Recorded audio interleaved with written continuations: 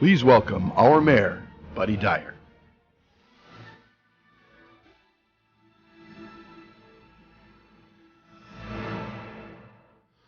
Good afternoon. I'm Mayor Buddy Dyer, and I'd like to welcome you to the February 28th, 2011 regularly scheduled meeting of the Orlando City Council. We're going to begin today's proceedings with the invocation offered by Reverend Dr. Candace Brooks, Director of Community Life and Adjunct Professor of Worship at the Asbury Theological Seminary, where she has served for 5 years. The seminary was established 12 years ago and is located in East Orlando near the Valencia campus. It's involved in global missions as well as a variety of local community service projects. After the invocation, we will be led in the Pledge of Allegiance by Commissioner Sam Ings. So please stand.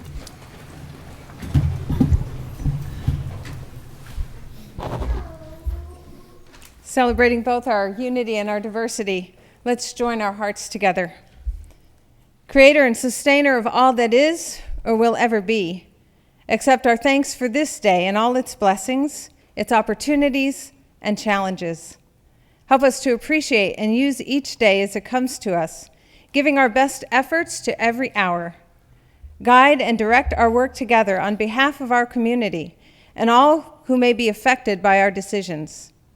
Engage our listening that it be fair and open, sharpen our minds with wisdom and insight, season our speaking with compassion, focus our hopes on enduring values of life, freedom, and peace. Keeping us ever mindful of those we serve, set us to work with our friends beside us and no person beneath us, with our goals before us and no task beyond us, with a thirst for goodness and a determination to create through our best efforts those things upon which future generations can build. Amen.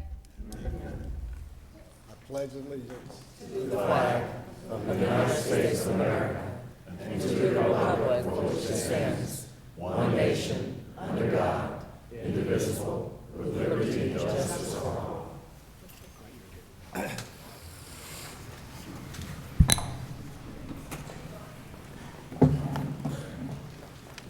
I'll now call the meeting to order. Madam Clerk, would you call the roll and make the determination of a quorum, please? Commissioner Diamond? Here. Commissioner Ortiz? Here. Commissioner Stewart? Here. Commissioner Sheehan? Here. Commissioner Lynham? Here. Commissioner Ings? Here. Mayor Dyer? Here. Mayor, you have a quorum. Thank you. Let's take up for consideration the minutes of the February 7th, 2011 workshop, agenda review, and city council meetings. Commissioner Lynham Second. moves, and Commissioner Sheehan seconds the motion.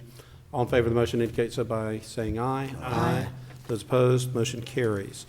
All right into awards, presentations, and recognitions. And today is that special day of the year where we recognize our exemplary employees. And I'm going to call on Anna Palenzuela, our Human Services Division Manager, to explain the history and introduce the Dennis McNamara Employee of the Year Awards. Thank you. Good afternoon, Mayor Dyer, commissioners, and invited guests.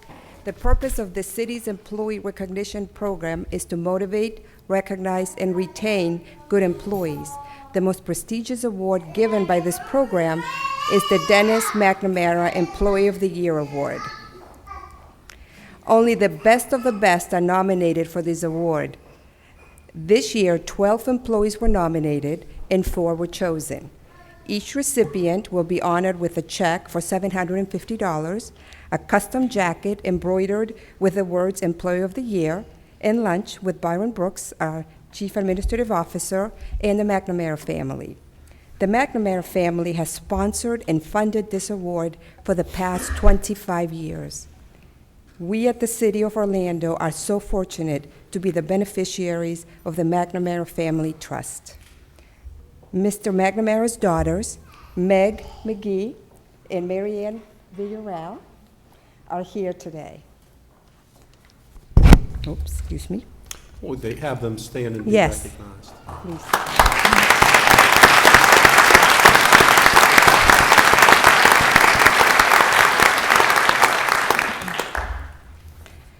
The recipients of the 2010 Dennis McNamara Employee of the Year Award are Carmen Dunlap from OPD, Mike Tatum from FPR, Julie Eos from FPR, and Cindy Merrithew from Executive Offices. The directors for each of these outstanding employees will now come to the podium to introduce their employees. The first presenter is Police Chief Val Demings, followed by Park Division Manager John Perrone, and I will return to present EXO's winner. Chief?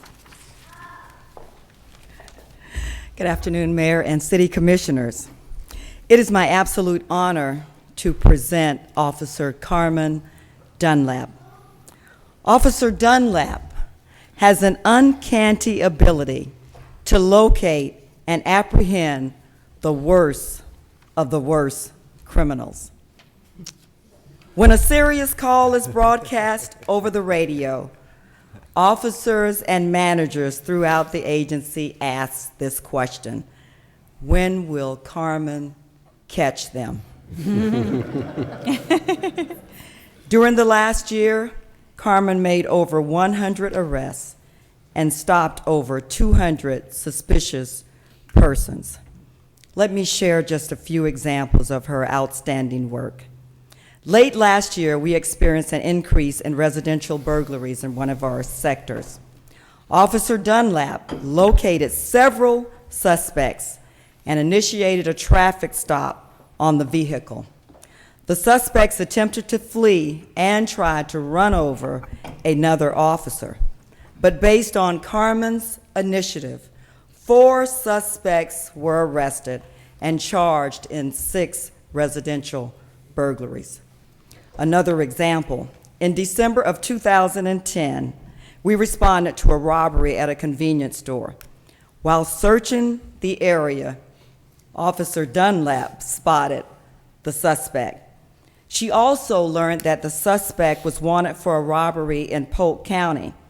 As a result of Carmen's outstanding work, the suspect was arrested and 3 robberies solved, including the one in Polk County. In addition, Carmen also spends a significant amount of time in our hotspot areas and is responsible for numerous arrests, including the arrest of a subject for attempted murder on a law enforcement officer.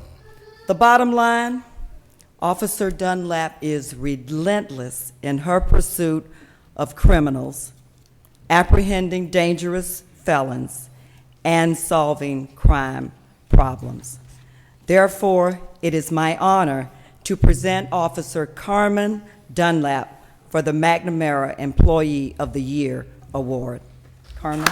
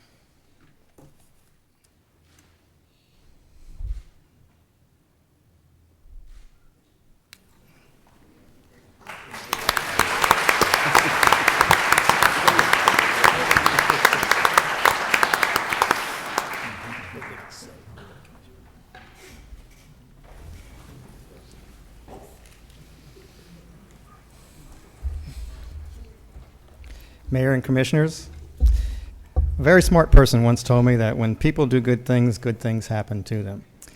And I don't know what I did in particular, but I know one thing, that you're getting ready to meet a very good man, and good things have happened to him. Mike started with the Parks Division as a temporary employee over 11 years ago. He was about this tall then. But since then, he's graduated from high school and moved along with us. He became a maintenance worker, and he moved up to crew chief, and right now he's a contract coordinator for the city of Orlando. And as you know, with the current budget cuts, a lot of our parks are now being maintained through contract. And a lot of that has fallen upon Mike's shoulders to maintain and to oversee that. We went from 35 maintained parks by contract to over 102. So you can see that he's a very busy person.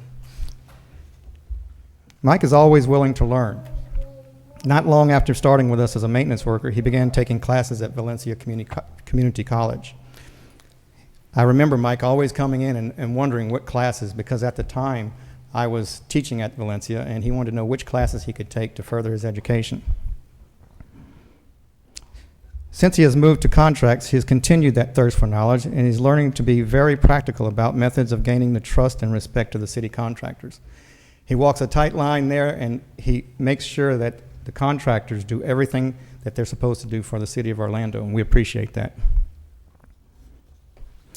The outcome has been a positive response for the contractors as well as the beautifully maintained parks for the citizens of Orlando. Mike is deserving of the opportunity to be called Employee of the Year by his peers in the city of Orlando. Please meet Mike Tatum.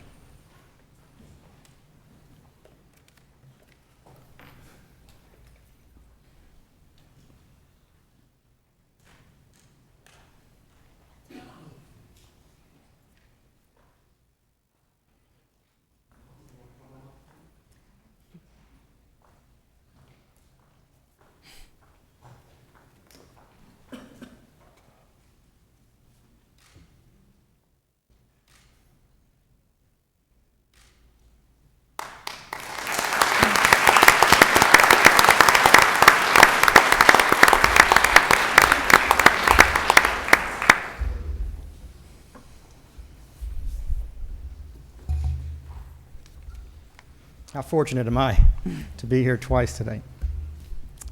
It's a blessing when a manager has fortune enough to have this an employee such as that is passionate about her work as much as Julie is. There's a lot of giggles in the audience because I know some people know Julie personally. Julie sets standards for herself that her employees that is above and beyond the municipal organizations in this region. As the environmental horticulture manager, Julie has had a positive impact on the landscape enjoyed by the citizens and visitors to Orlando. In the past 2 years, she has added to her responsibilities to ultimately include horticulture, irrigation, chemical application, landscape maintenance, tree planting, and small tree pruning. Julie is one of those that's been partly responsible or mainly responsible for continuing and completing the 10,000 tree initiative in the city of Orlando. She planted, or her crews and volunteers planted over 10,000 trees after the loss of 10,000 trees during the hurricanes of 2004. She took on these responsibilities in a time when resources for each of these items is half what it used to be. She has formed teams of employees that are responsible for the outcome of healthy plants, turf, and trees in the city of Orlando. Under her leadership, it has resulted in more streamlined decisions being made about the process of respect to plant care, a huge boost in morale for the 23 employees she serves, engaging them and to be more proactive in their respective areas and empowering them to make decisions in the field. She has more sensible landscapes that are easy to maintain, better plant selections, more efficient landscapes and irrigation practices. And just to give you an idea that in the last year, out of about a little over $250,000 that we spend every year for utilities, Julie has slashed that by $100,000 in 1 year. So we really commend her on that one.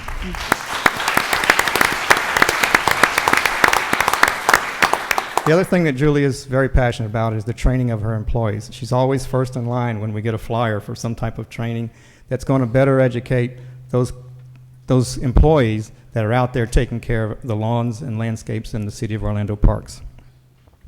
Julie is honest, passionate, knowledgeable, and very committed to the City of Orlando and her given responsibilities. And I see, where is Connor here? Did we hear him earlier? He reminds me of her because that's the way she acts in our staff meetings. Congratulations, Julie. Come on up.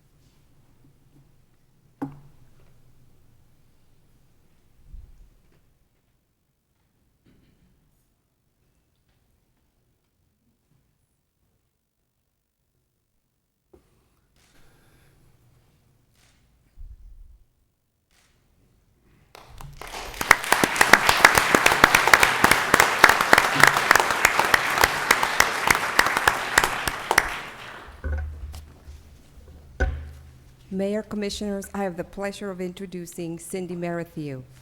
She started with employee benefits in 1984 as an employee benefits specialist and has been promoted to benefits supervisor in September of 2009. She graduated cum laude from Northern Virginia Community College and went on to receive a bachelor's degree in business personnel management from Florida Southern College.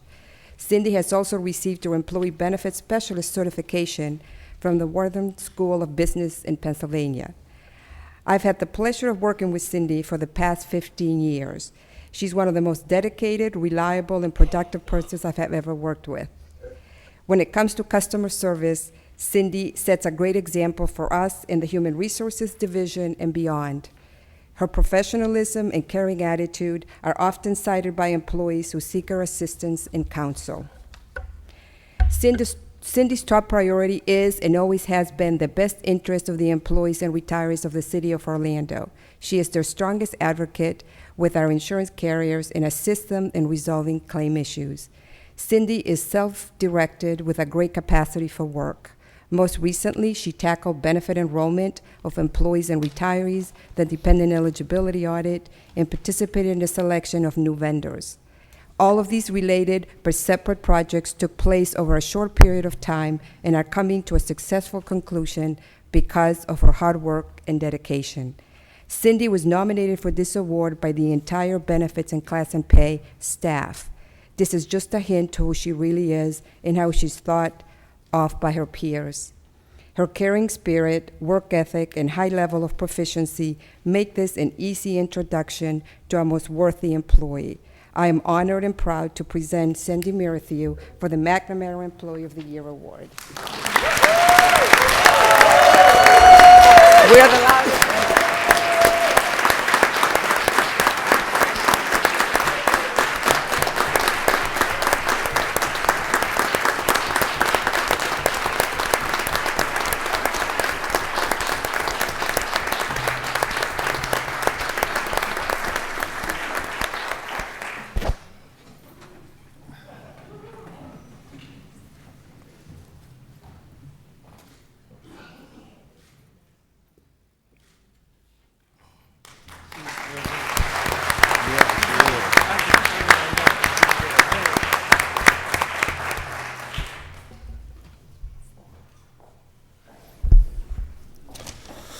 You know, that's always one of the highlights. We have such great employees that make us council look good every day when they're out there doing their jobs and doing them so well.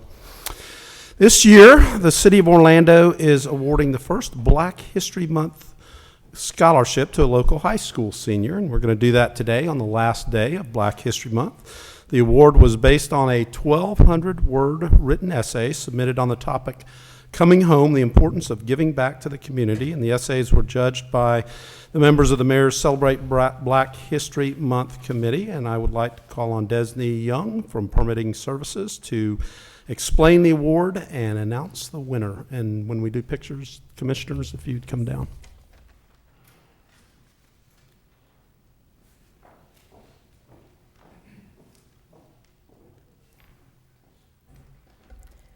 Good afternoon, Mayor and Commissioners. As everyone knows, February is Black History Month.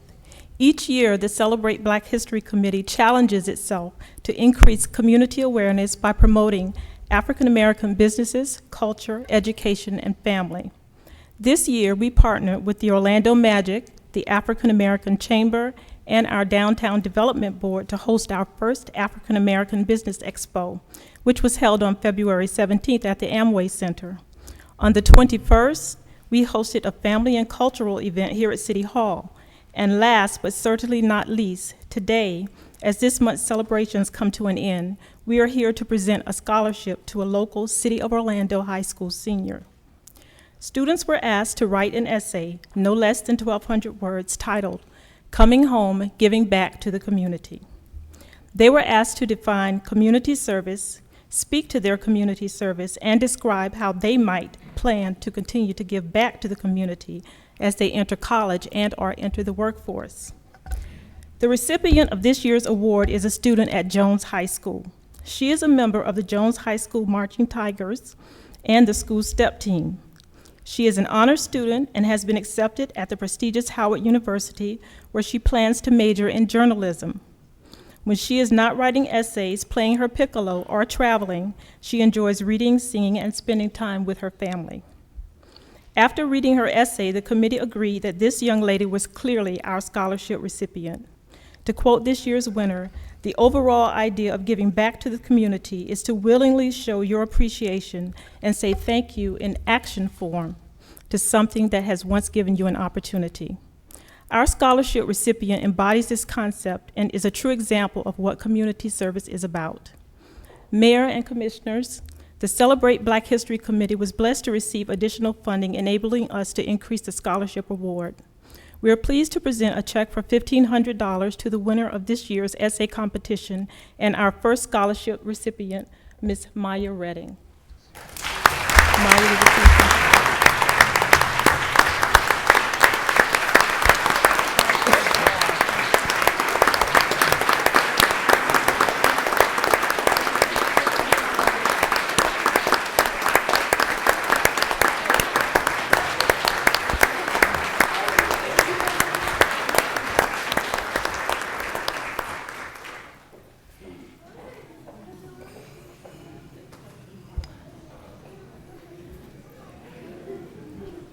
We would also like for the members of the Black History Committee members to come forward for a photograph. And also, is her principal here? Yes, Mrs. Valeria Maxwell from Jones High School. Come forward.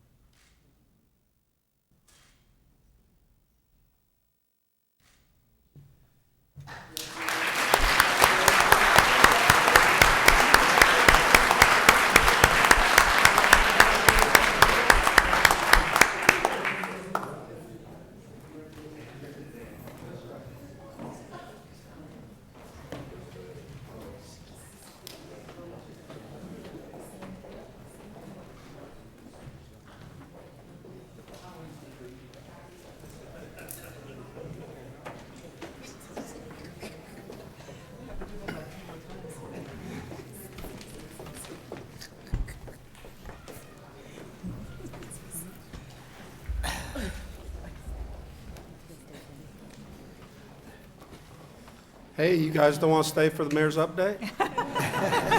You're free.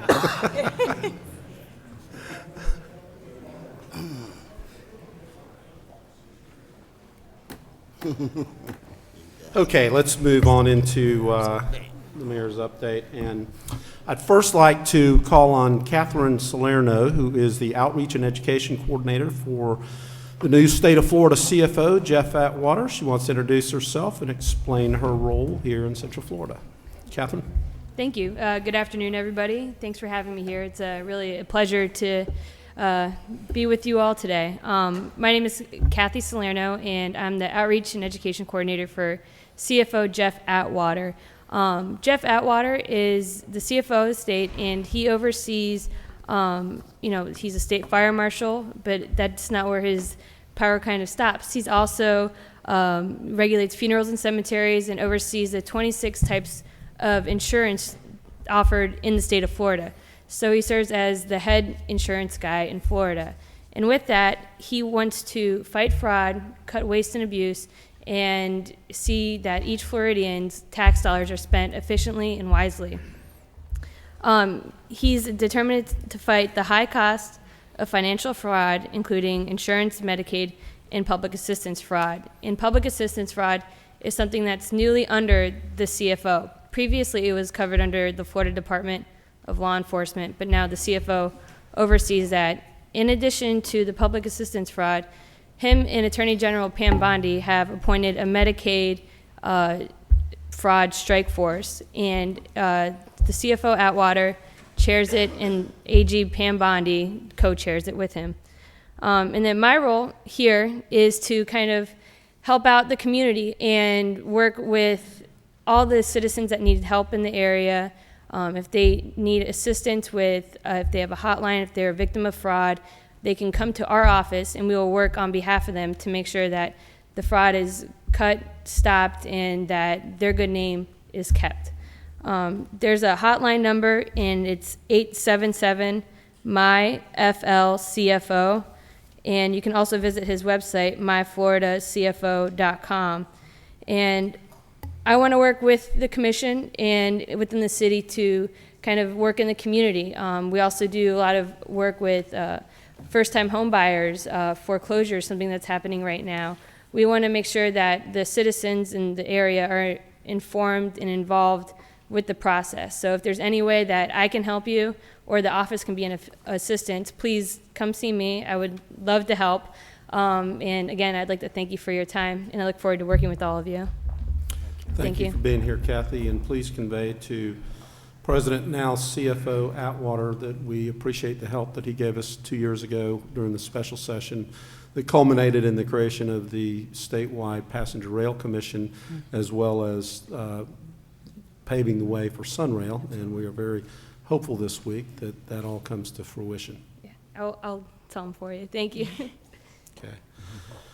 All right, I want to call up Sean Dunlap, who's the president of our FOP, and Steve Clellan, who is the president of IAFF, and there's been a lot of discussion relating to police and fire pensions up in Tallahassee, and I know you guys have been following it closely, so just wanted to give you an opportunity to address the council on the issues. Thank you, Mayor, and good afternoon, Mayor, members of the Commission. My name is Sean Dunlap, and I'm the president of the Fraternal Order Police Lodge 25, which represents the rank and file members of the Orlando Police Department. And I thank you for the opportunity to speak to you today. I start this message with sadness as I reflect on the past several months, and just as even just last week as I prepared this message, yet another St. Petersburg police officer was murdered in the line of duty. Police officers are being killed at an alarming rate in Florida. In January alone, 2 Miami-Dade officers and 2 St. Petersburg police officers were killed while serving arrest warrants. And in December, Orange County Deputy Sheriff Brandon Coates was murdered on a traffic stop. 9 officers from Florida have already been killed in the line of duty just this year. 15 from gunfire. 59 in the first 59 days of 2011. These staggering facts should force everyone to examine the dangers that the men and women of the Orlando Police Department face every day. Yet under the leadership of Chief Demings, these men and women have reduced violent crime by 24%. The rank and file officers at OPD were the first to voluntarily forego a 3% raise last summer and go an additional 2 years without a raise in a proactive step to help the city balance the budget. These same officers and sergeants contribute 8.5% of their salary into their pension, a local pension fund here, a statistic that I have yet to hear from the local media or anywhere at the state level. In closing, I ask that you join in our fight to preserve the benefits of these brave men and women of the Orlando Police Department. And always remember that the only thing separating civility from anarchy is a thin blue line, and that thin blue line is your Orlando Police Department. Thank you very much.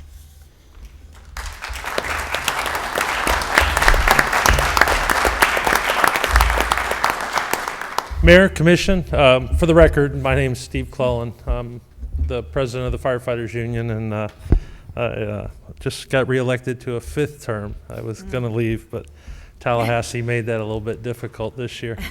So I did want to point out a few things as I move on to discuss pension, at least from our perspective and public employees' perspective.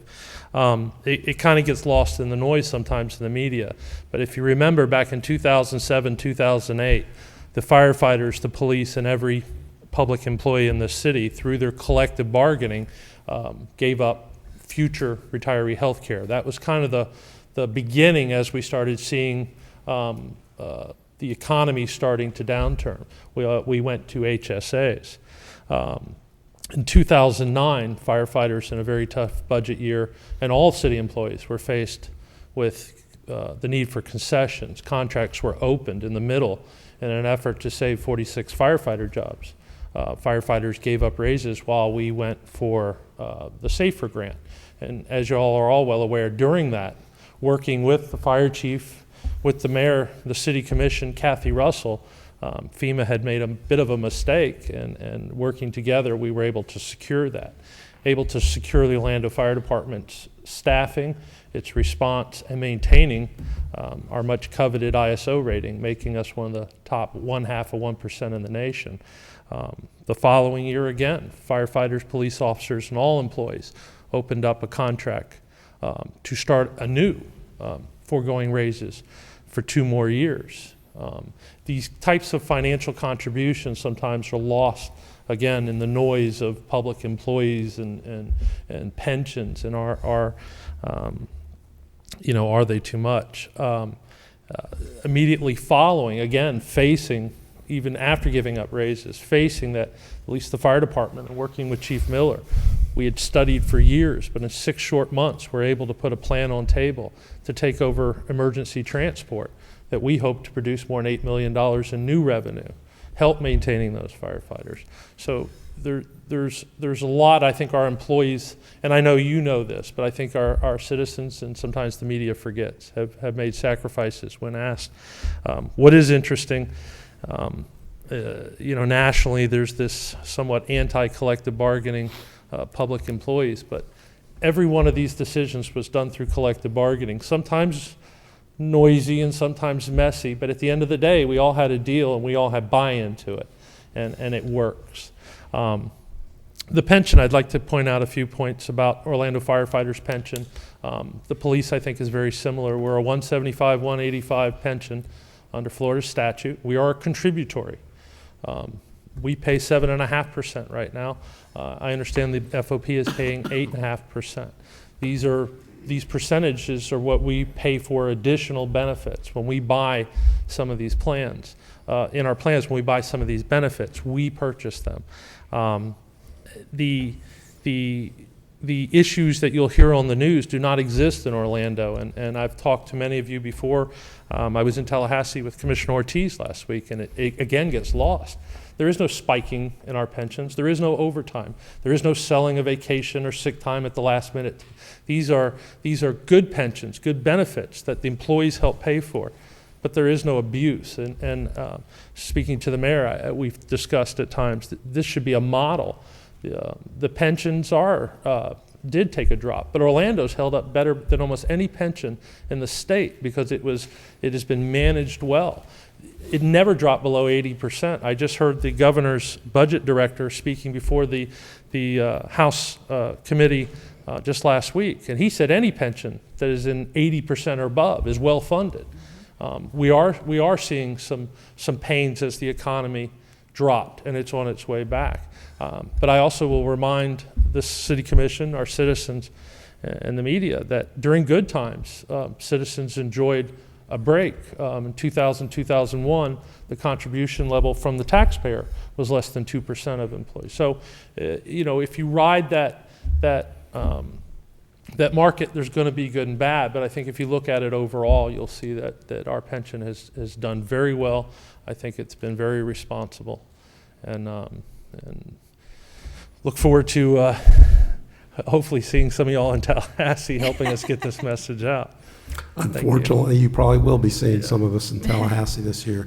Sean, Steve, thank you for coming by. Sometimes everybody gets lumped into the same mold, I guess, and this council has been extremely prudent on pension issues and I don't remember, some of these things were done before I got here, but ending defined benefit for the general fund. You guys are the 175, 185, but eliminating the lifetime health benefits, the 7.5%, 8% contribution that each employee makes into the fund. That's the biggest battle I see going on in every state, whether it's Wisconsin or New Jersey or Florida, is whether public employees are going to contribute or not. And we in the City of Orlando already do that. And then you're right, we are funded, I think, close to 85% in all of our pension funds. So very strong and stable pension funds. So thank you for coming today. Thank you. Thank you. Mayor, may I say something?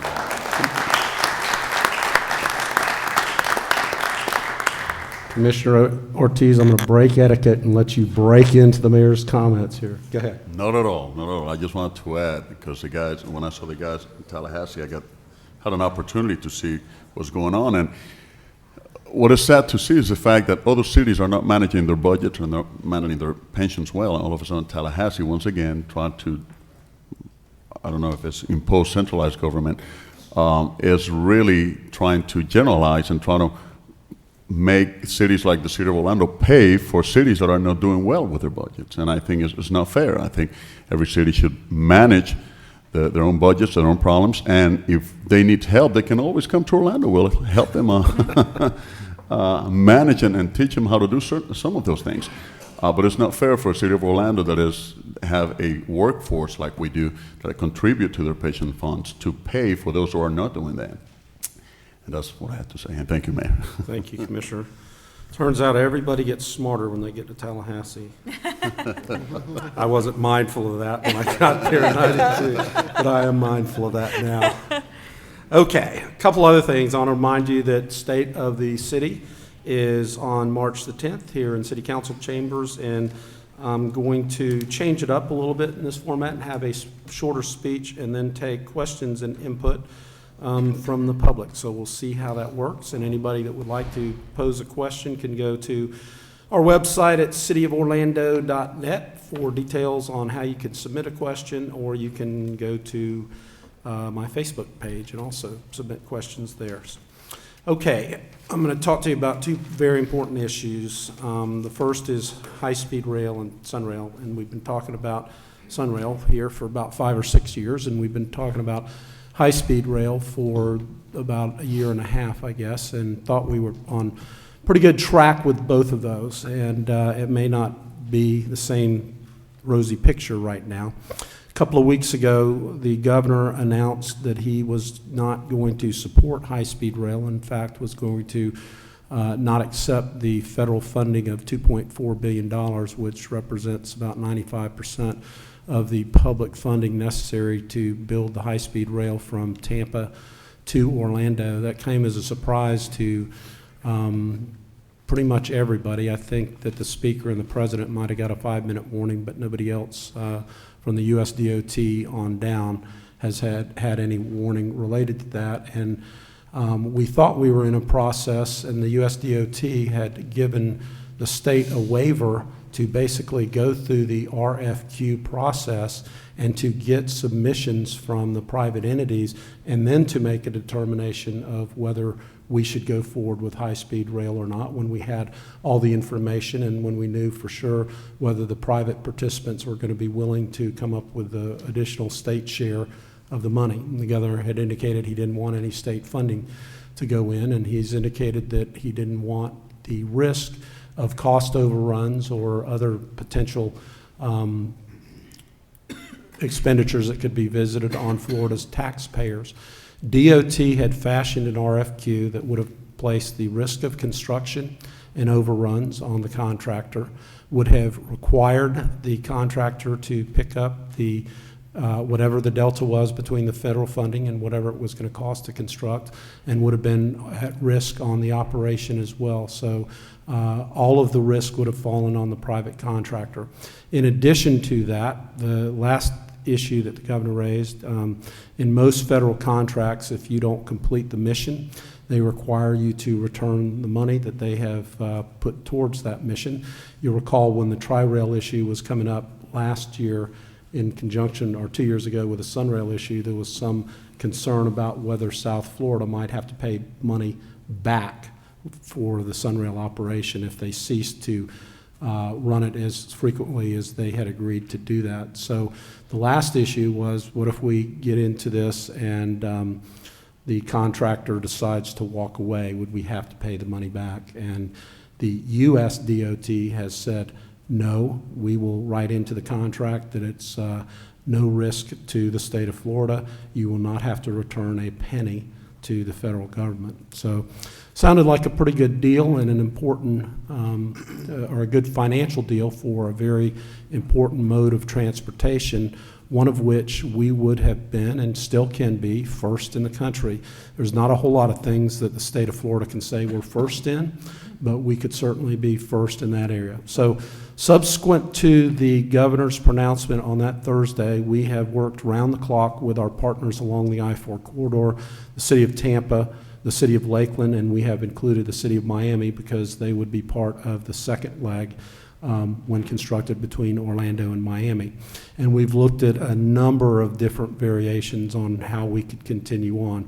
The first being providing the governor with enough information that he would change his mind and simply pursue it with the FDOT. Another thing that we started exploring was, could we set up a different entity to accept the funding from the federal government, since it would be a non-recourse, non-risk operation. And similar to what we did with SunRail and setting up the Central Florida Commuter Rail Commission, we looked at setting up a commission or a non-recourse intergovernmental entity made up of the cities along the line. So we have developed a strategy of combining with Lakeland, Tampa, City of Orlando, and Miami to offer an alternative to the governor, which would be creating a non-recourse entity. The USDOT has written us and again guaranteed the non-risk for that non-recourse entity, which wouldn't have any risk back to any of the cities anyways, but we have the belt and suspenders as far as the protection.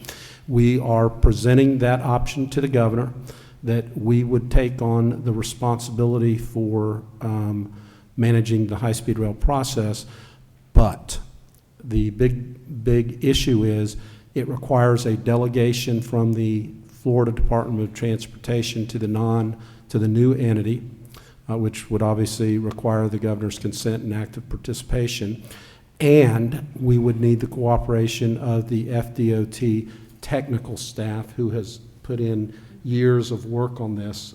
It would make no sense in the world to start over and hire staff. It would make the most sense to use the people that have already been working on this to do the contract work.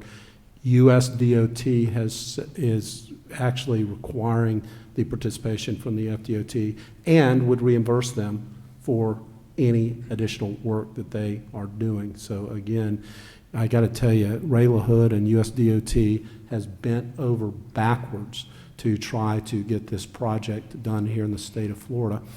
And I met with the president of Siemens this morning, which is in one of the consortiums, and he reiterated that they remain extremely interested in this project under the parameters that I just outlined, where they accept all of the risk.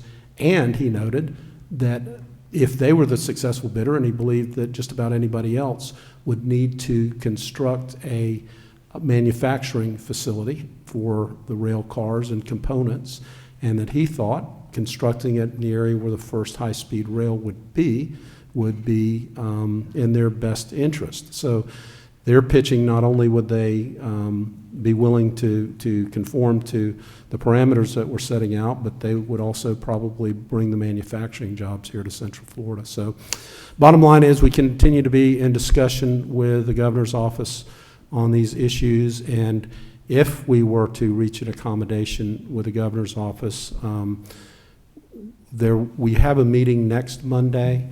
The deadline for reaching an accommodation is Friday from the USDOT. They are extremely concerned that if the money is not allocated, that the Congress will sweep it away, and if we're not going to take it, they're going to give it to either California or New York. There'd been some discussion by the governor about moving it to port dredging or widening of I-4 or some other purpose, and this is transit money and it can only be used on transit projects. So if we don't use it here in the state of Florida, Governor Schwarzenegger, I'm sure, will be extremely pleased to take it to California. So just know we continue to work on that. And then there has been a little bit of news in the, or a little bit of information in the news on the DPAC. And last week, well, let me step back because I can't remember when we were updated on this. The bids came in from Balfour Beatty with requiring more money than we had available between DPAC and the CRA contribution. And I have indicated time and time again to DPAC that we are not going to begin a construction project unless we have the total money available to finish the project. So they engaged in a discussion with the county about bumping up, not bumping up, but bringing forward some of the $130 million they're supposed to put into the project. Right now, they've put in $9 million of their $130.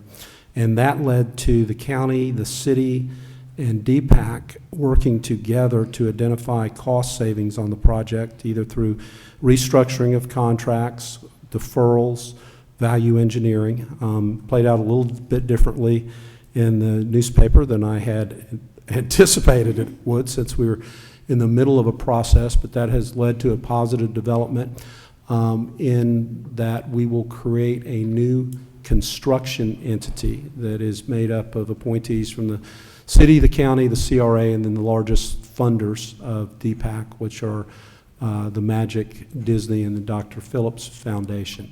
They will manage the construction and hire a new construction manager, and they will bring us a project that can be constructed within the funds available. We have also had a discussion with the county, twofold, that they would repay any advance we made out of the first TDT that would flow, and they would reset the base TDT to the 130 where it started in 2007, which means if the projections are anywhere near accurate for this year, that we would receive TDT funding next January if we reset. So the task of the new group is to bring us a GMP, and we will not bring a amendment for the GMP to this council unless it is fully funded, but I'm hopeful that in the next 60 days that we will be able to do that.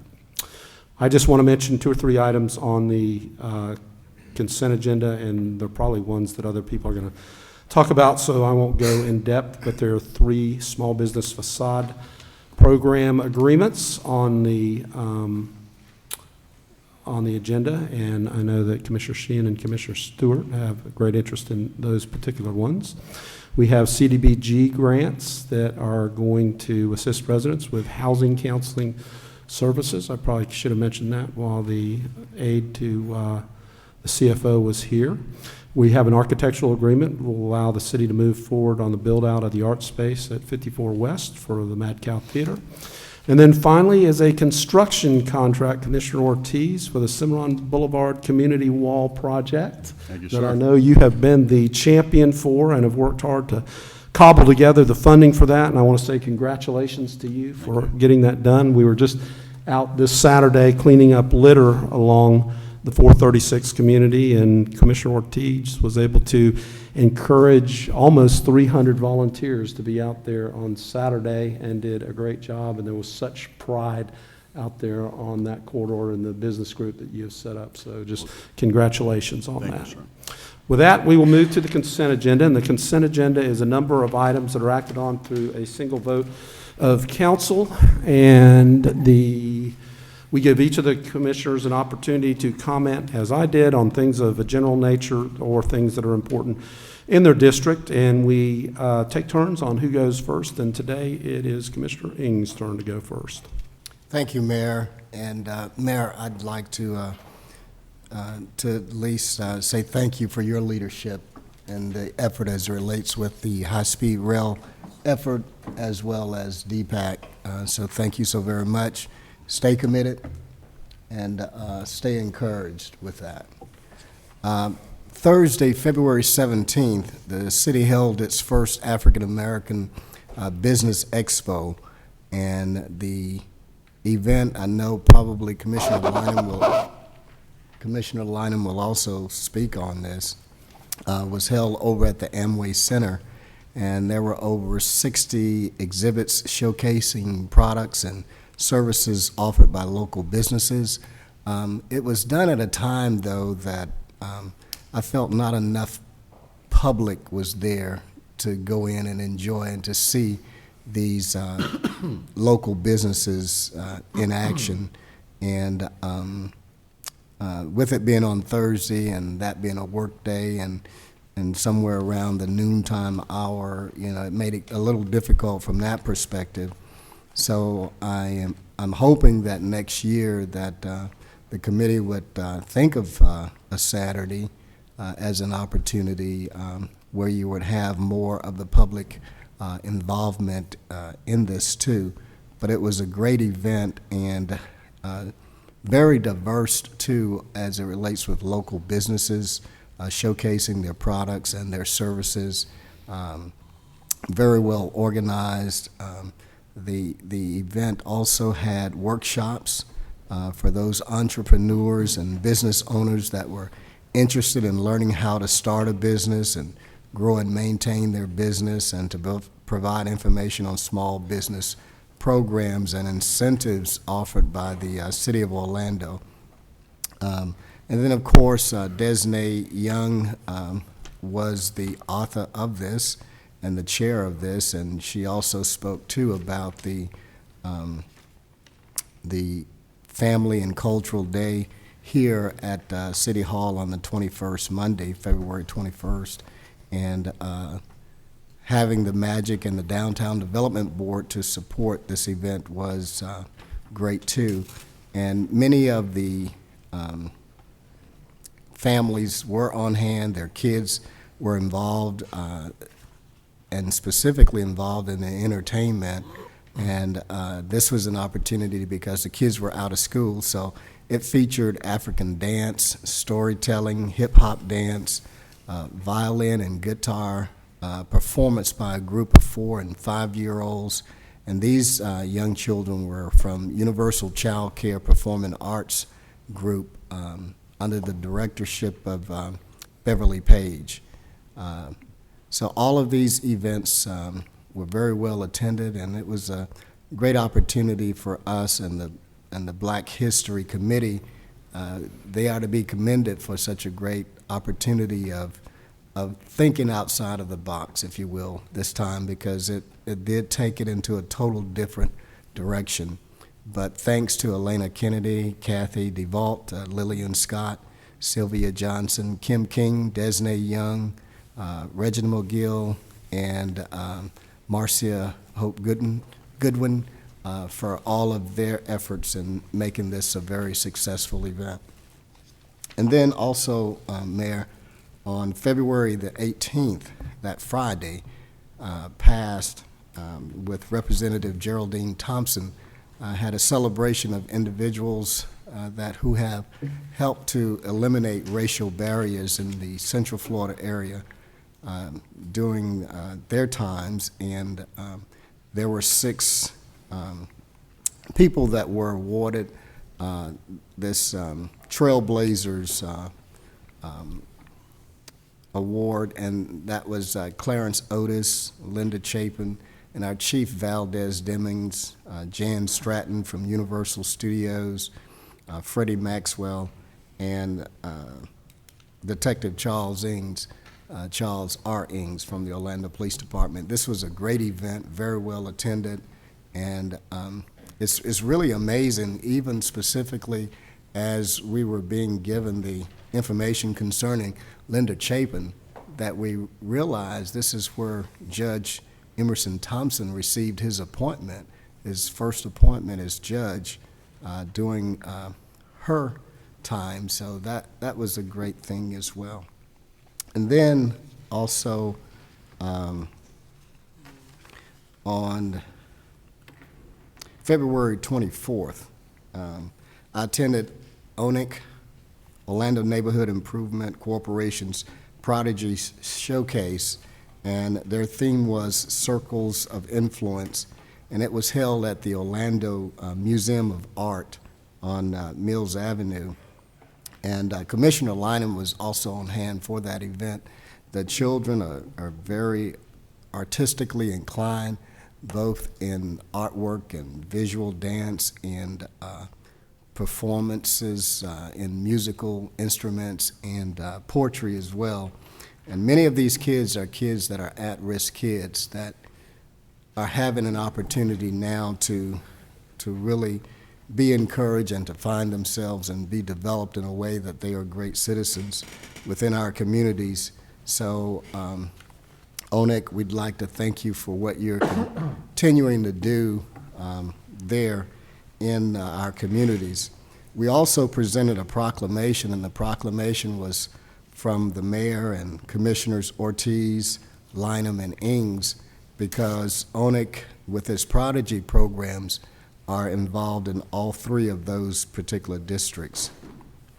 And then also on Thursday, the 24th, was the opening of the Central Florida Fair, and Indulge is the theme of the Central Florida Fair, and the fair offered so much for people of all ages as they continue to do that, and their arts, their crafts, and livestock, the petting zoo for the kids. This time I saw a kangaroo and a camel there, so you know we're really improving at the Central Florida Fair. And the fair runs until March the 6th. On opening day, they exceeded their attendance by expectations that they just really weren't prepared for. They were expecting about 3,000 people to show up for the fair, and about 10,000 people showed up for the Central Florida Fair. And that was a good thing for us because it provides another opportunity for economic development within our communities. And it was a great evening there that I enjoyed at the Central Florida Fair. They had a couple of little skirmishes with some of the youth there, but OPD was on hand. They didn't have enough officers on duty, but officers were able to be there. It wasn't a riotous situation or anything like that, but they had enough officers there on hand quickly to deal with any problems. Charlie Price is to be commended. He's the executive director there with the Central Florida Fair, and great program. So if you get an opportunity, go by and see the Central Florida Fair. This past Saturday, I attended a Juvenile Rise Up Summit for kids, grades 6 through 12, and this was held at West Oaks Elementary School off of Dorsia Road there in Orange County. And they had a full day of programming for the youth, and they also had youth to give testimony to, which was really great. But Captain Orlando Police Department, Captain Charles Robinson, was also on hand, and he was a guest motivational speaker too at that event. And Carla Cavill is to be commended too for her program, Second Chance for Success, and she was responsible for this Juvenile Rise Up Summit, and this is her way of really reaching out to the kids and keeping them encouraged too.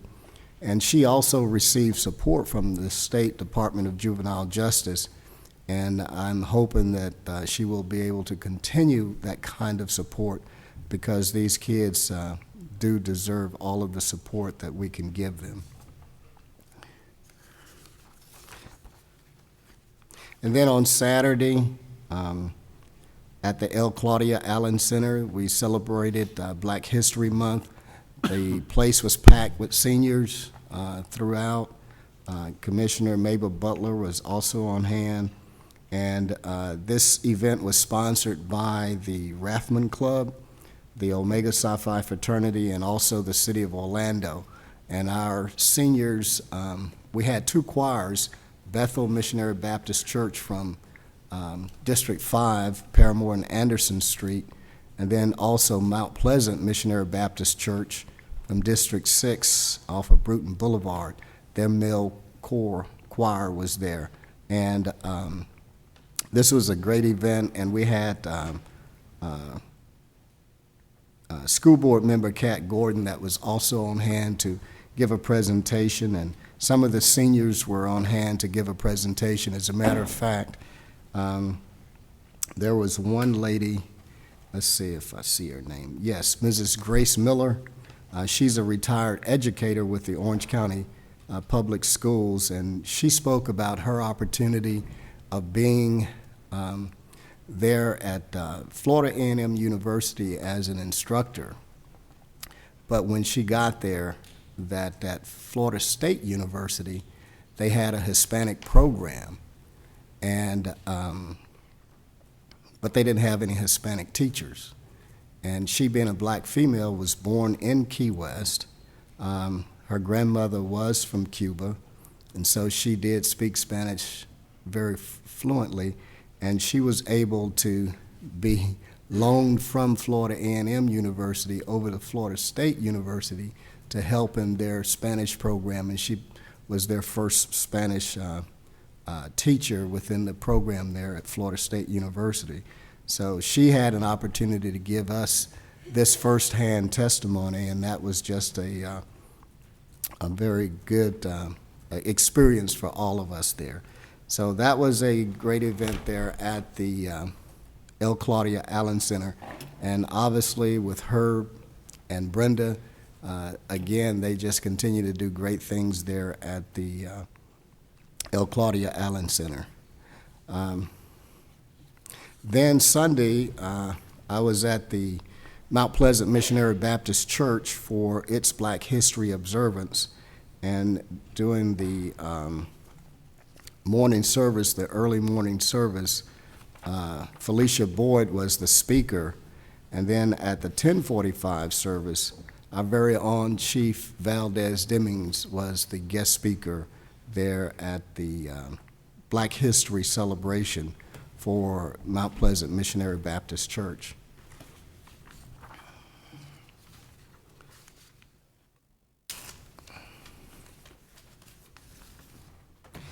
And then on yesterday, I had an opportunity to attend the Taste Restaurant at 717 Smith Street in College Park. Danny Glover, the award-winning actor, was on hand in Orlando, and he was there being interviewed by local TV host Jonathan Blunt of KVYA-TV, and it's an actual studio right there in the restaurant. This restaurant is owned by a black couple, a husband and wife team, and he actually purchased the restaurant online, and that was very interesting. He purchased the restaurant online, opened up the Taste Restaurant, and I understand it's been very successful. As a matter of fact, Commissioner Stewart was interviewed by Jonathan Blunt there at that particular restaurant on another event. But Danny Glover was there on hand to talk about this new brand of organic coffee that he's involved with. Plus, he talked about his life And I also told him we didn't have any more city halls in Orlando to blow up for he and Mel Gibson to run out of, and because that was one of the programs that he was involved in there when Lethal Weapon was being filmed in Orlando. So with that, Danny Glover took pictures with the people. He was a very personable person, and such a great event there in Orlando. And that's all I have, Mayor. Sorry about that, gang. Thank you, Commissioner. I don't think Mel Gibson's going to be making any films real soon anyway. Commissioner Diamond. Thank you, Mayor. Well, I'd first of all like to congratulate and thank the employees who won the McNamara Awards today. I think they are symbolic of all the employees who do great work for the city, and I think it's a good time to say thank you. I'd also like to say thank you to the McNamara family for continuing to sponsor the awards. I think that's a good sign of civic involvement, and I appreciate their doing that. I would also like to congratulate the essay contest winner for her good works, and it sounds like she's got a very bright future in front of her, and I certainly wish her well, and glad to see that. I would also like to congratulate for one of Boone High School's finest. You may have seen in the newspaper or in the media that Renee Burke, a Boone High School teacher in journalism, was awarded the Orange County Teacher of the Year Award. She was one out of 168 that competed countywide. She will now compete statewide. Hopefully she'll win that. And it is a well-deserved honor from everything I understand. And I also would mention that her husband, John Burke, is an extraordinary science teacher at Blankner School, and he's been recognized, and they really, between the two of them, do such a great job for the students, and I really appreciate all that they do. A couple other things I'll mention around the community and a few events. I'd like to thank the members of the Orlando Disc Golf Association. They were out there at Airport Lakes Park a couple of weeks ago on a Sunday volunteering to create a disc golf course, out doing volunteer work. The city didn't have to pay for that work to be done to prepare the fields or prepare the course, and I know they want to get another facility where they can play disc golf, and it was just great to see them out there, and I appreciate their good work. Saturday I had the honor to present a proclamation from the mayor at the Hope and Harmony event for in honor of MD Anderson Cancer Center and all the great work they're doing. It was a celebration of all the survivors of cancer in the community, and it was a good time to say thank you and celebrate, and I was glad to be part of that. Also on Saturday, I was honored to throw out the first pitch at the Delaney Park Little League opening day ceremonies and be part of that. And I congratulate them on all their long years of involving kids from around the community, all around the city in Little League activities, getting them involved and doing good things. Also on Saturday, I was unable to attend Commissioner Ortiz's Cimarron Boulevard cleanup, but good job. It sounds like a really good event. And I see the item later on in the agenda, which I'll be glad to support. So congratulations on that. Commissioner Ings mentioned the fair, so I just feel like I have to mention that. That was part of the opening ceremonies. I think Commissioner Stewart might have some interesting details about that when it becomes his turn. So I'll just leave it at that for now. On the agenda, a couple of items I want to comment on. Item A3, which is our calendar for meetings upcoming. I am not going to be supporting that just because I think we need to be more accessible to our citizens as far as our meeting times and places. Item C12, which is an agreement to permit closing of Church Street under certain circumstances. I do support this, although I would like to hear from the district commissioner when it comes her time at this, just to see if there are any other issues that may be out there, although I do want to see those businesses do well and do want to see us cooperate and do what we can for all the folks over there. Items H1 and H2, it seems like we have grants that are awarded to the city for one thing or another from time to time, and these are a couple of good things awarded to the police department. I see assistance so that the police can use DNA to solve cold cases, and also grants for night vision equipment, two things that are probably very helpful for the department, and it's a nice help to get help to invest in those things. And lastly, items I-7 and I-8, I guess I commented on one of them, but those are improvements to Gore Street and Cimarron, and it's good to see those moving forward. So that's all I have, Mayor. Thank you. We'll move on to District 2, Commissioner Ortiz. Thank you, Mayor. We're going to be here for a while now. Just kidding. Be quick. I want to second the words of Commissioner Ings in reference to, Mayor, to your efforts with the high-speed rail. Stay the course. Thank you for what you're doing. On Saturday, February the 19th, I attended the second annual Health and Community Fair of the Orlando Family Physicians, right there on Cimarron. Great event. It goes to show what's going on in the Cimarron corridor. It's really pumping up. It's really, motivated. It seems like all the merchants in that area have gotten some new set of vitamins because everybody's really involved in anything and everything that's going on in the Cimarron corridor. As I said before, I went to Tallahassee last week with the president of Tri-County League of Cities and APOPCA Commissioner Mrs. Kathy Till. What a great lady. I may say that she's a very hard-working person, and APOPCA is lucky to have her as a commissioner. So if she's listening, I don't know if she might be, but congratulations, and I'm very impressed by the work you're doing in APOPCA and the work that you're doing for the Tri-County League of Cities. While over there, as I mentioned before, prior to this section, there's a lot of things going on up in Tallahassee, and we need to continue involved, especially this Tabor law is really, or bill is really concerning all of us because of the repercussions in terms of the services to our cities. And my biggest concern is the formula they're utilizing in order to come up with this is basically people and inflation. They're not considering the depreciation and maintenance of buildings, development, and whatnot. So we really need to take our time and read into this and really analyze this Tabor bill that has been passed up in Tallahassee. I had the chance also to meet with the Florida Retail Federation. I know that many of us have problems with shopping carts, and at one time we were going to pass an ordinance, but we stood back and we watched Kissimmee go through their little ordeal with the Federal Retail Federation.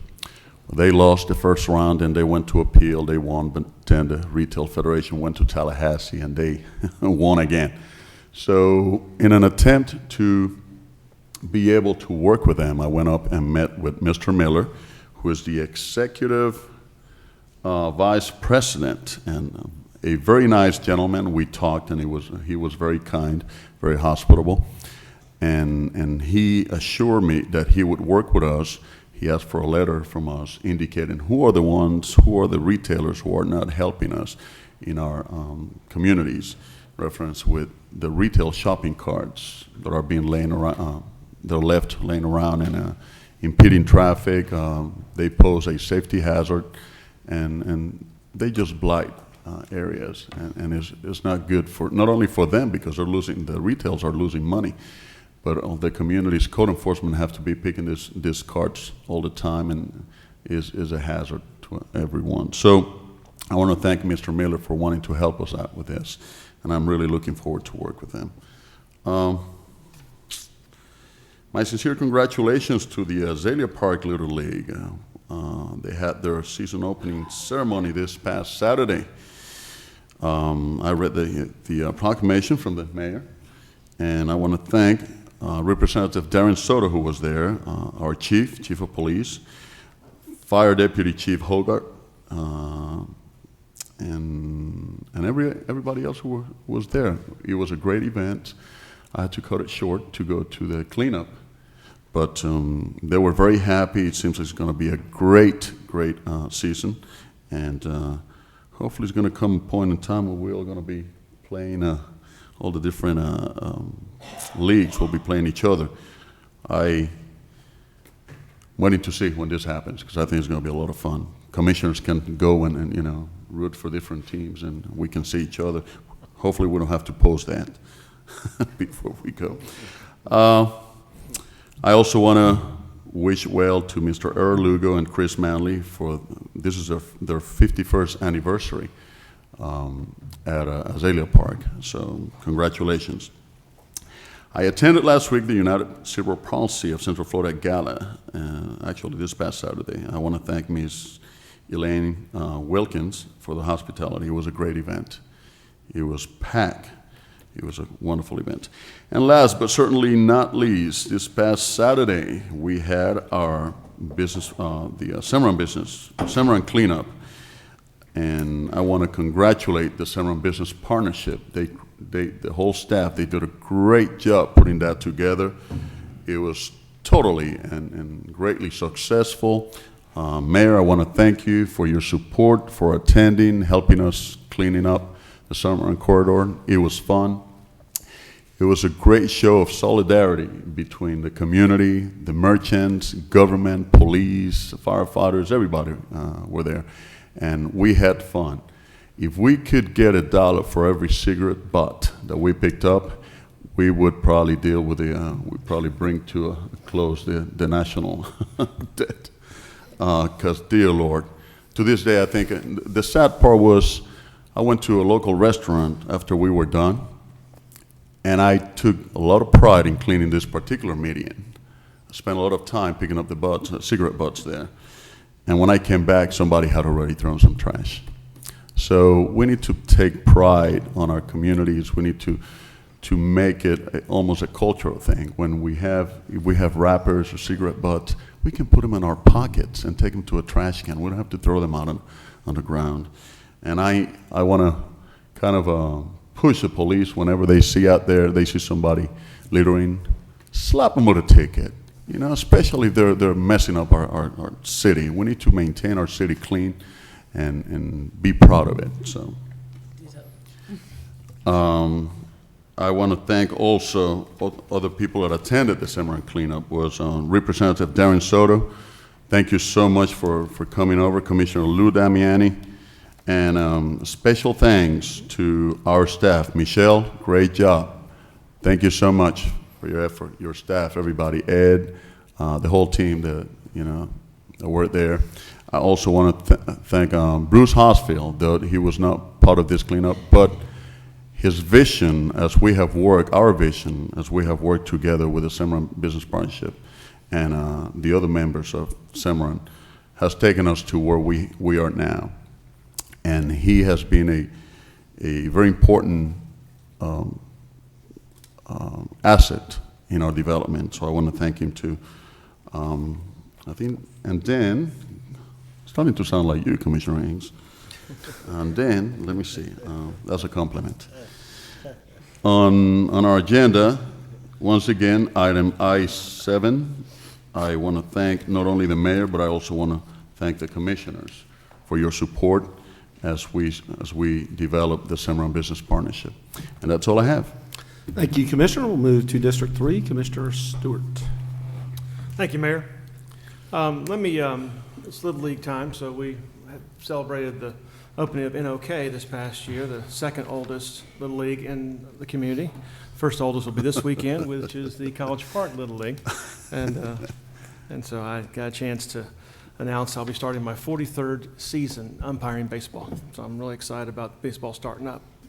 A couple of quick things I want to cover. First is this past weekend was the Great Orlando Chili Cook-Off. We had probably 6,000 or 7,000 people there. I want to send a special thanks to Lisa Early and your staff. It was a wonderful event, and I think it's a great way to use the park over in Blue Jacket Park. And the parking went well, and it seemed like it was pretty well organized. So thank you for your leadership, and thank you for that from the OPD and helping us work through that. Ken Roberts was one that worked over there, and it was really nice to work with him.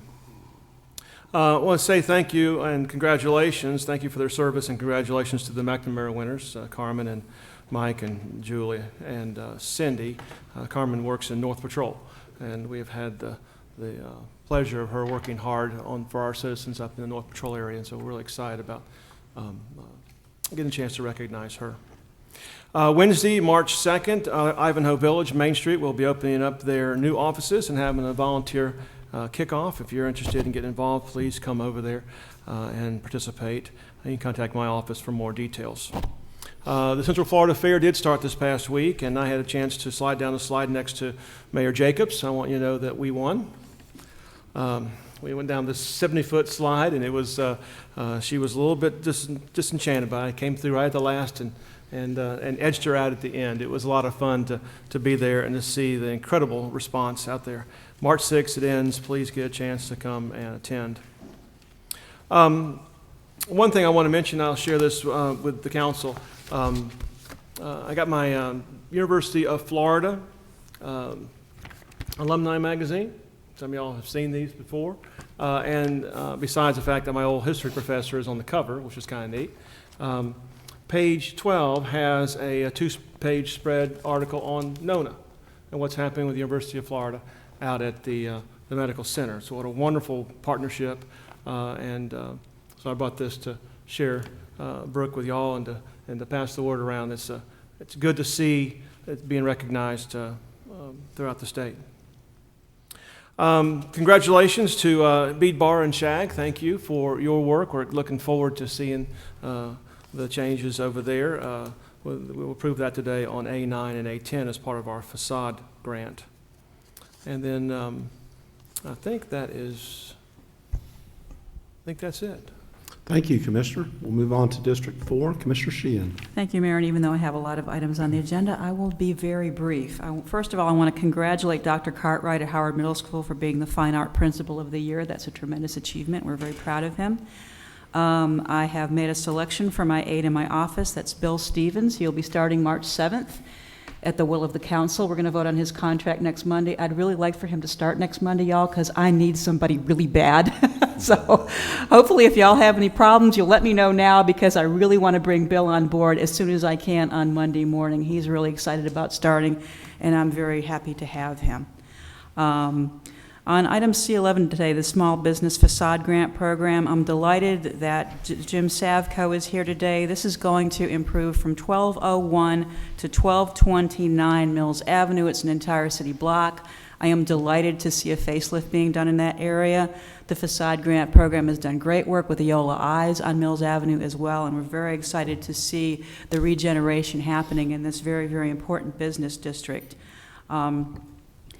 In addition, Joanne Grant is here from Mills 50 Main Street. An I3 agenda item is the traffic control artwork for Mills 50. We've had a lot of problems with graffiti happening in the area. Hopefully, if we can follow the street code and the graffiti artist will not go over another graffiti artist's work, kind of thing.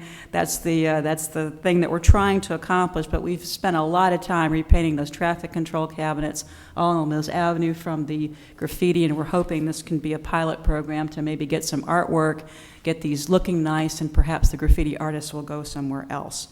On item I6 today, Orlando Health and FDOT agreements for landscape and streetscape improvement. That's going to really help, with that area down there, and improvements by Orlando Health that's already happening as the result of a lot of redevelopment that's happening in downtown South area. And Commissioner Ortiz, whatever you need with those darn shopping carts, I've got so many pictures. I'll be glad to do whatever I can. And Kyle, I think that was one of the first ordinances that you actually worked on, and I worked with that with Commissioner Lynham and Commissioner Wyman at the time. It was so long ago that we actually tried to get that shopping cart ordinance. They're all over Colonial Drive, all over the bus stop, so whatever I can do to assist you, Thank you. I will be glad to do that, because the Florida Retail Federation was the one that stopped us from implementing it. So if there's anything that and if you need me to just back off and you can take them on, that's all good. But I've got lots of pictures of what a problem this has been in the area, and I believe that was about 3 minutes. Thank you, Mayor. Thank you, Commissioner, and we'll move to District 5. Commissioner Lynham. Thank you very much. I got to speak to the high-speed rail before I forget it, because I have a number of items I want to speak to.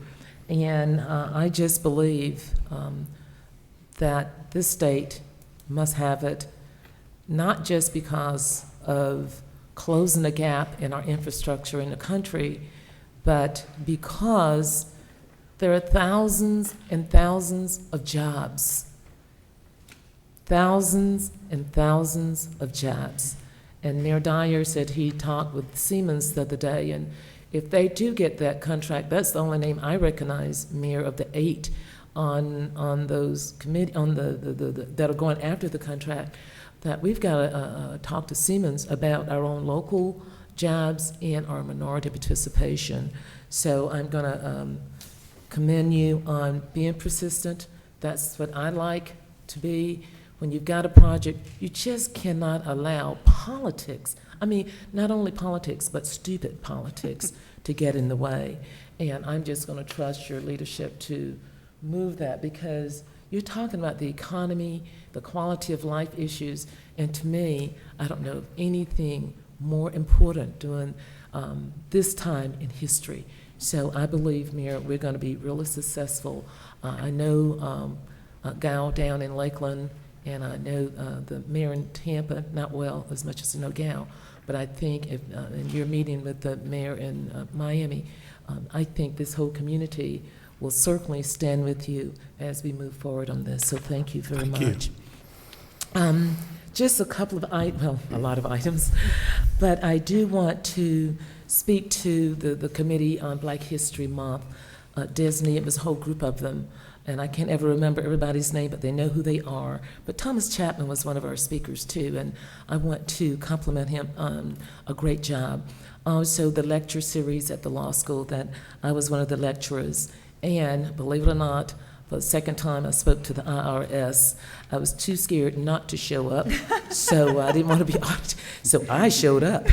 But one of the things we talked about, and I like to use this last day of Black History to just have one teachable moment, because they really want to know more about the Civil War and African Americans. And Mayor Dyer knows this because he's worked with Representative Elza Reddick for many years.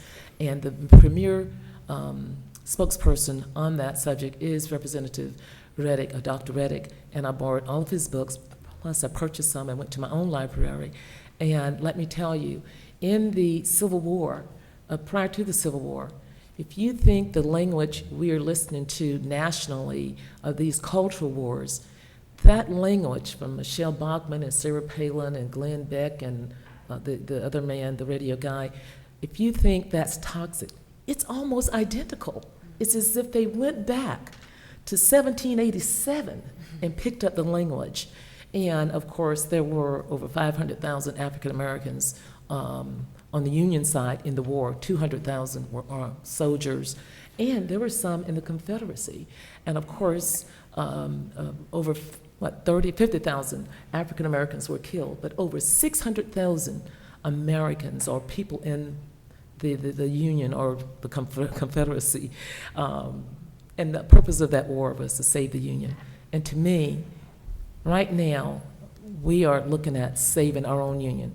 But if Texas wants to secede, let them go. But we paid too much for them, Mayor, so they aren't going anywhere unless they're going to pay us back all the money that was spent. So enough on my moment of history. But I also want to ask someone from Parks about there's a swan in my lake. And I'd like for someone to tell me where that swan came from. There is nobody living on my lake can afford to buy one. Well, they may. But I think if it's there illegally and someone stole it, I just want it to go back home. I have enough problems with the ducks and the other things pooping in my pool. So please help us on that. So that was on the history piece I want to share with you about Mayor Dyer on that, jobs. Now, I want to also congratulate Dolores Batson. She has worked with us on the Event Center. She works for the county. She's the chairperson of Orange County Black History Council, and every year she brings in some of the best speakers, and Commissioner Diamond was there Saturday night, so thank you for being there. I want to ditto Commissioner Ortiz. I hate litter. Gosh, I hate it. And I hope that, I know OPD has more important things to do, but I think when you clearly witness somebody littering, I think you ought to ticket. I just think you ought to do something. And, you know, OPD knows I'll give somebody a ticket in a heartbeat. And this is one time. I think it is, it's illegitimate. Our city is not beautiful because we don't have the water to keep the lawn up. But the one thing we can keep is clean if we take a more aggressive action toward that. So thank you. Now to a couple of more items I think I had here. I did Mayor Dyer. Let's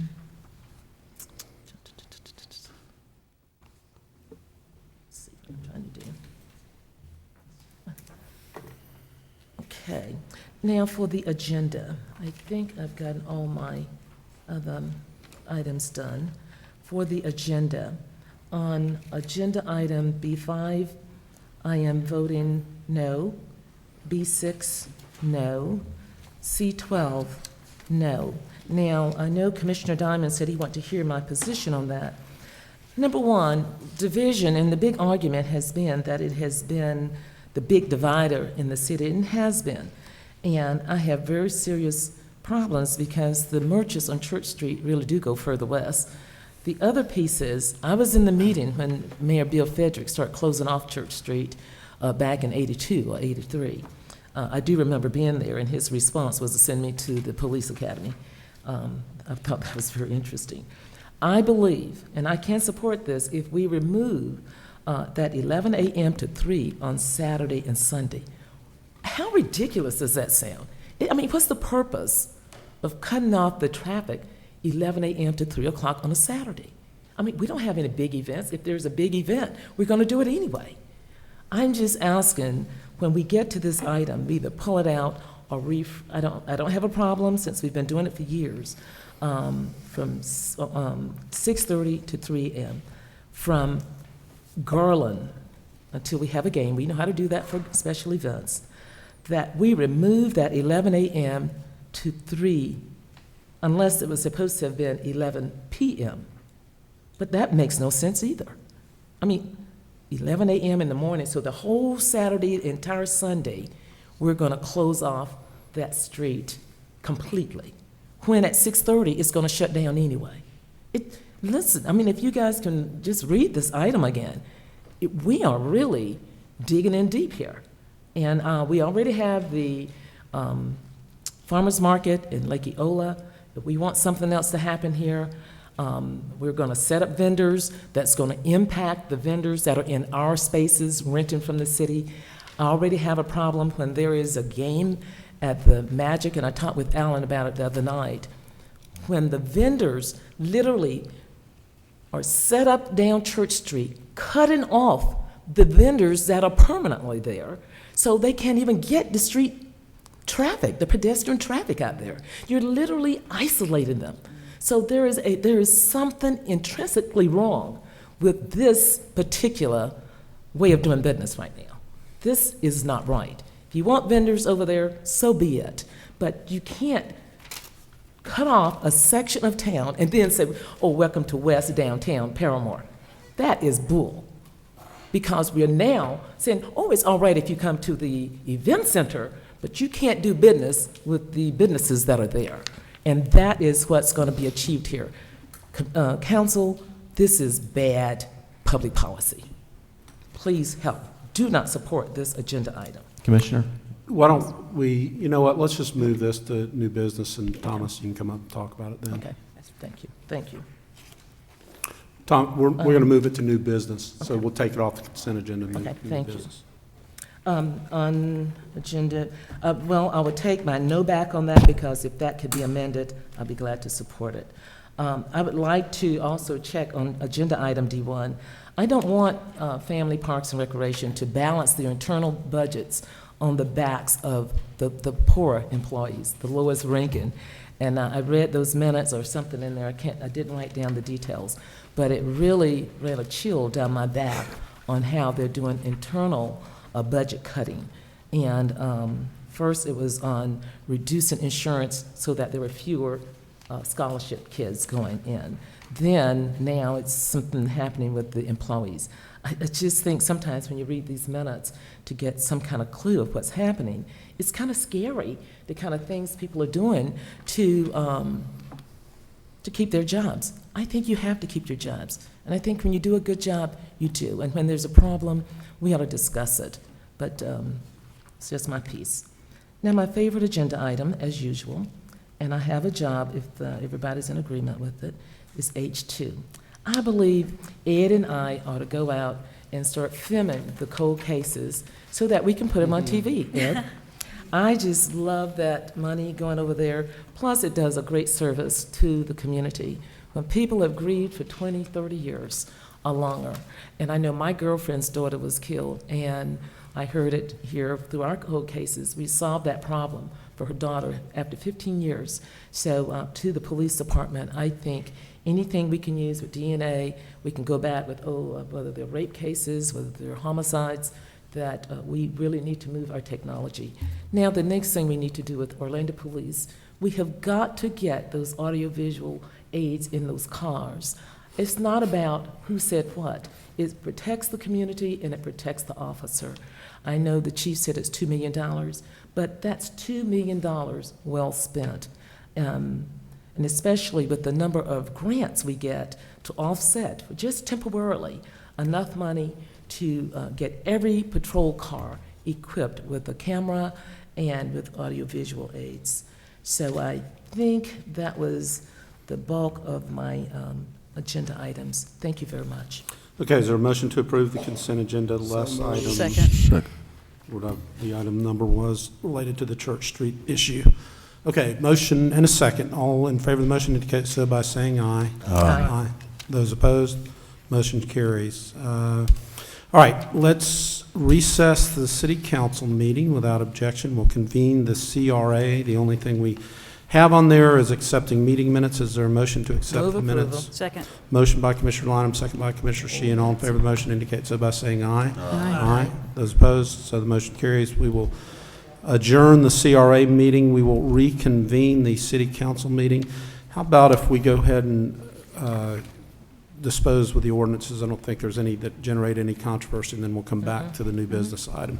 So hearings, ordinances, second reading. Madam Clerk, number 1. An ordinance of the City of Orlando, Florida, amending the city's growth management plan by changing the future land use map designation on property generally located south of the Metro West Development of Regional Impact, east of Turkey Lake, west of South Kirkman Road and L.B. McLeod Road, and comprised of about 9.92 acres, from residential medium intensity with resource protection overlay in part, and residential medium intensity in part to community activity center, directing amendment of the city's official future land use map series, providing for severability, correction of scrivener's errors, and an effective date. So moved. Second. Motion by Commissioner Ing, second by Commissioner Sheehan. Is there anyone for the public who'd like to testify on this matter? Discussion among commissioners. Hearing none, all in favor of the motion indicate so by saying aye. Aye. Those opposed? Number 2, Madam Clerk. So the motion carries. Number 2, Madam Clerk. An ordinance of the City of Orlando, Florida, designating certain land generally located north of the beach line, State Road 528, south of Beltway Commerce Center, and east of the Central Florida Greenway, State Road 417, and comprised of 243.1 acres, more or less, as IG in part, IG/AN in part, C in part, and C/AN in part on the city's official zoning map, directing amendment of the city's official zoning map series, providing for severability, correction of scrivener's errors, and an effective date. So moved. Motion by Commissioner Diamond, second by Commissioner Stewart. Is there anyone from the public who'd like to testify on this matter? Discussion among commissioners. Hearing none, all in favor of the motion indicate so by saying aye. Aye. Those opposed, motion carries. Number 3, Madam Clerk. An ordinance of the City of Orlando, Florida, designating certain real property generally located north of Lee Vista Boulevard, south of Gentian Street, east of Goldenrod Road, and west of Narcoossee Road, and comprised of 12.06 acres, more or less, as IC/AN on the city's official zoning map, as requested by the property owner, providing for severability, correction of scrivener's errors, and an effective date. So moved. Second. Motion by Commissioner Diamond, second by Commissioner Stewart. Is there anyone from the public who'd like to testify on this matter? Discussion among commissioners. Hearing none, all in favor of the motion indicate so by saying aye. Aye. Those opposed, motion carries. Number 4, Madam Clerk. An ordinance of the City of Orlando, Florida, designating certain real property generally located north of Webster Avenue, south of Arthur Avenue, east of Grant Boulevard, and west of Edgewater Drive, and comprised of .90 acres, more or less, as MU 1/W/RP/SP/AR on the city's official zoning map as requested by the property owner, providing for severability, correction, scrivener's errors, and an effective date. So moved. Second. Motion by Commissioner Stewart, second by Commissioner Ortiz. Is there anyone from the public that would like to testify on this matter? Discussion among commissioners. Hearing none, all in favor of the motion indicate so by saying aye. Aye. Those opposed, and so the motion carries. Number 5, Madam Clerk. Ordinance of the City of Orlando, Florida, designating certain land generally located north of W.D. Judge Drive, east of Mercy Drive, south of West New Hampshire Street, and west of John Young Parkway, and comprised of 1.42 acres more or less, as R3B/W in part and P/W in part on the city's official zoning map, directing amendment of the city's official zoning map series, providing for severability, correction of scrivener's errors, and an effective date. Move approval. Second. Motion by Commissioner Lineham, second by Commissioner Sheehan. Is there anyone from the public who would like to testify on this matter? Discussion among commissioners. Hearing none, all in favor of the motion indicate so by saying aye. Aye. Those opposed, motion carries. All right, ordinance's first read, Madam Clerk, number 1. An ordinance of the City of Orlando, Florida, vacating, closing, and abandoning a portion of the 36th Street right-of-way generally located north and west of Interstate 4, east of Rio Vista Avenue and south of 35th Street, and comprised of about .33 acres as requested by an adjacent property owner, providing for severability, correction of scrivener's errors, and an effective date. So moved. Second. Motion by Commissioner Sheehan, second by Commissioner Ings. Is there anyone from the public who would like to testify on this matter? Discussion among commissioners. Hearing none, all in favor of the motion indicate so by saying aye. Aye. Those opposed, motion carries. All right, let's move back to new business, and we have before us item, what was the item number? C12. C12, which relates to an agreement on Church Street right-of-way. Thomas, can you address Commissioner Lineham? Well, first, why don't you describe the item, what we're doing, and then address Commissioner Lineham's concerns.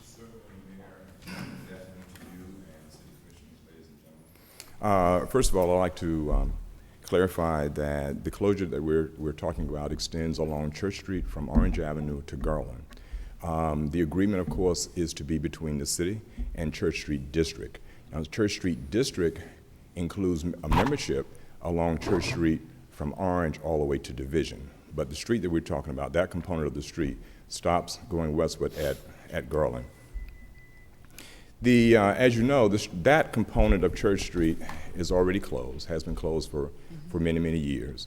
What this agreement contemplates is allowing the merchants along that area, collectively known as Church Street District, to quote-unquote program the space, particularly to bring about events or activities that have not been in that area for quite some time.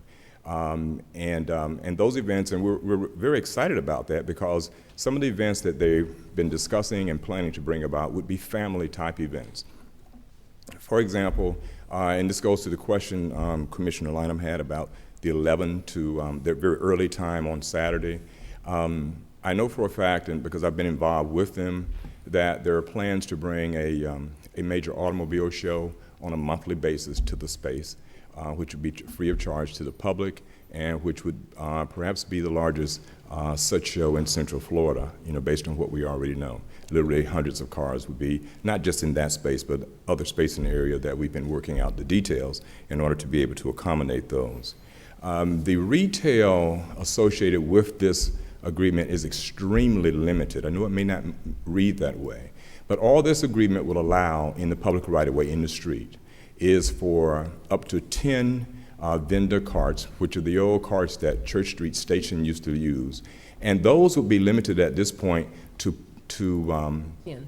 locally produced artwork to bring about, really more so than retail, it really brings about more ambiance in the area and gives some variety to what's there now, which is essentially food and beverage, as we know. It's really that area of Church Street is become, and has been for many years, mostly an entertainment district or an entertainment zone.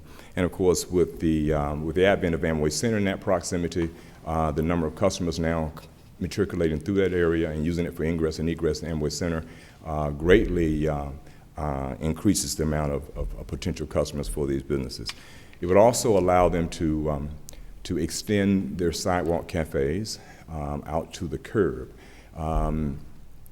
That, of course, is consistent, again, with, we're trying to be consistent with what happens along Church Street in front of Amway Center, what I'll call Amway Plaza, if you will, and make sure that both sides of of the interstate are fairly consistent in the visitor experience that it offers to people coming down to Church Street. As you have seen from the item, if they want to go to more than 10 such vending spots, there's up to 20 sites that have been selected by OPD. It would take the approval of the executive director of the Downtown Development Board for them to exceed any 10 vendors at any one time. And again, at this point, we've only discussed with them those 10 spots being made available for local artists to sell their art. Commissioner Lynham. Yes. I'd like to respond because right now you're saying to sell the art. But vending machines and vending locations, from what I'm understanding, was anything, almost anything that you approve. We have new businesses, and some of the old businesses are going out of business because we can't keep enough traffic west of Garland, Thomas, and we've talked about this a number of times. Why would we want to pile up everything on the east side and impact the flow to the west? I believe this 11 a.m. every Saturday is just wrong to get the back and forth traffic. I think if there's a special event, there's a car, whatever you said, somebody, car show, whatever it is, I think those are special events. But I don't think you're going to have one every Saturday and every Sunday. I think that if there is a car show, people are going to walk around the arena, they're going to come to the west side, hopefully, do some other things under the Gertrude Walk. It's something wrong to me to isolate and insulate the west side all over again, and we're going to vote on it. Sure. I cannot, in all good conscience, do that. It has been very hard for me trying to represent a corridor during the last, it's been, what is it, since 98. We started demolishing things there in 97. It's been very hard. We worked hard to get special agreements to help those people, and now we're going to put another stumbling block in front of them. I think special events that would allow free movement without 10,000 vending machines selling beer, wine, food will help people move westward to Church Street. We may be in the process of evicting 3 or 4 because of that. And to say every Saturday and every Sunday, people cannot move westward. And you're fully aware of the vendors for just the Magic game need to come off of Church Street. Because at that point, nobody even knows those shops are north of the arena, of the event center. Because they're lined up there like sausages, saying, don't go beyond here. And that, to me, is a killing machine. And it's another form of saying, you are still not included. We've come over there and used all this land, but you will not benefit from any of the goodies that we have for you. I can support this, Mayor Dyer, if we remove that 11 a.m. to 3 a.m., and if there is a special event, then like the Downtown Development Director can agree on the vending machines or whatever, he can agree and sign on special events. But there is not going to be one every Sunday and every Saturday.